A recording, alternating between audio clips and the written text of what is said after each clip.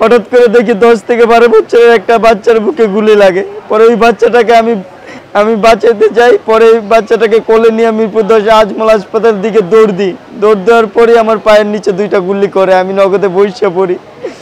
বসে পড়ার পর আমি তারপরে বাচ্চাটাকে ছাড়ি নাই, যে হিম্মত রাখছি যে বাচ্চাটাকে নিয়ে আমি যাবই।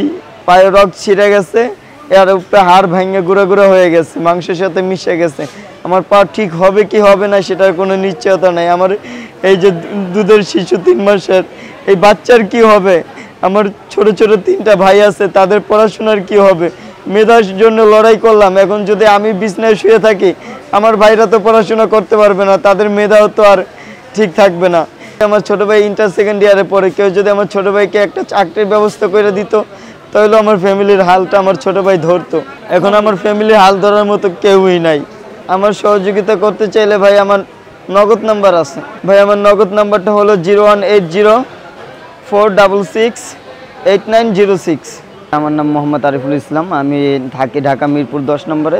আপনার প্রথম দিকে আপনি 19 তারিখ বৃহস্পতিবার হইতে আমরা আন্দোলন শুরু করি। বৃহস্পতিবার হইতে আন্দোলন করতেছিলাম, টিএসএলের আবার বুলেট খাইতেছিলাম।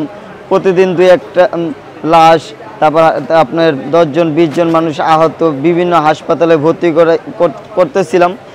এরকম চলতেছিল আমাদের দিনকাল। আমরা এরকম প্রতিদিন করতেছিলাম। হঠাৎ করে কারফিউ দেওয়ার কারণে মাঝখানে 2-3 দিন বন্ধ ছিল। আমরা মনে করছি যে আমার ভাইদের রক্ত আর যাবে না, মনে হয় সরকার আমাদের ভাইদের দাবি মেনে নিয়েছে।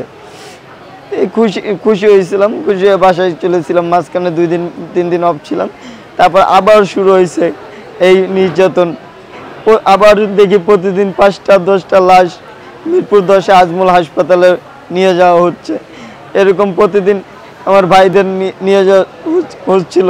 তারপর 4 তারিখ আমরা আন্দোলন করতেছিলাম খুব সুন্দরভাবে।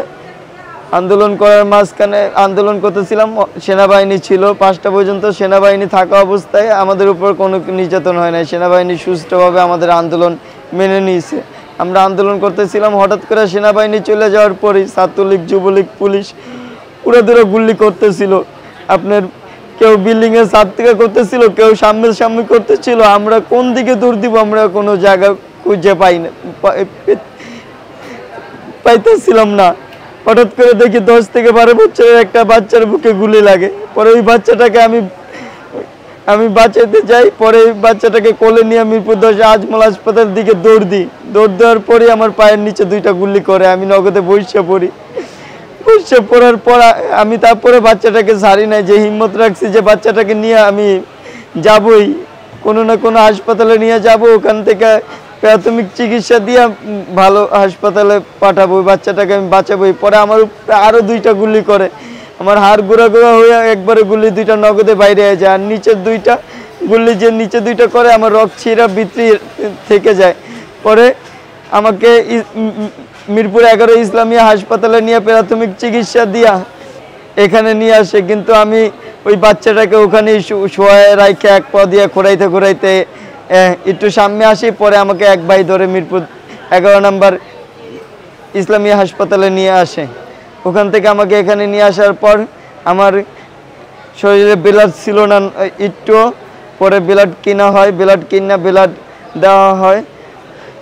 দেওয়া হওয়ার পর আমার অপারেশন হয়। অপারেশন করে আমার গুলিগুলো বাই করা হয়। ওই সময় আমার মোট 4টা গুলি লাগে। পায়ে রক্ত ছিঁড়ে গেছে, এর উপরে হাড় ভেঙে গুঁড়া হয়ে গেছে, মাংসের সাথে মিশে গেছে। আমার পা ঠিক হবে কি হবে না সেটার কোনো নিশ্চয়তা নাই। আমার এই যে দুধের শিশু 3 মাসের, এই বাচ্চার কি হবে? আমার ছোট ছোট 3টা ভাই আছে, তাদের পড়াশোনার কি হবে? মেধার জন্য লড়াই করলাম, এখন যদি আমি বিছনায় শুয়ে থাকি আমার ভাইরা তো পড়াশোনা করতে পারবে না, তাদের মেধাও তো আর ঠিক থাকবে না। তাই এই লড়াই সংগ্রাম করে লাভ হবে কি যদি আমার ভাইদের পড়াশোনাই না করাইতে পারি? আমার বাচ্চার সাথে আমি হাঁটতেই না পারি। আমার জন্য সবাই দোয়া করেন, আমার ফ্যামিলি জানি আমি আগের মতন আবার চালাইতে পারি। আমি ব্যবসা করতাম ভাই কিস্তি উড়াইয়া, আমার কিস্তি প্রতি মাসে 15,000 টাকা কিস্তি আছে। সরকারি কিস্তিটা বলছে যে আমি সুস্থ হইলে দিও, আর বেসরকারিটা আমার প্রতি মাসে এখনো দেওয়া লাগতেছে। আমার প্রতি মাসে রুম ভাড়া 7,500 টাকা, এটা কে দিব? আমি রুম ছাইরা দিছি, এখন গ্রামের বাড়িতে চলে যাব। বাসা ছাইরা দিছি, এখন তো আমার কেউ উপার্জন করার মতো ফ্যামিলির কেউ নাই। আমার ছোট ভাই যদি আমার ছোট ভাই ইন্টার সেকেন্ড ইয়ারে পড়ে, কেউ যদি আমার ছোট ভাইকে একটা চাকরির ব্যবস্থা করে দিত, তাহলে আমার ফ্যামিলির হালটা আমার ছোট ভাই ধরতো। এখন আমার ফ্যামিলির হাল ধরার মতো কেউই নাই। আমার সহযোগিতা করতে চাইলে ভাই আমার নগদ নাম্বার আছে। বলেন, নাম্বারটা বলেন ভাই। আমার নগদ নাম্বারটা হলো 0180 466 8906।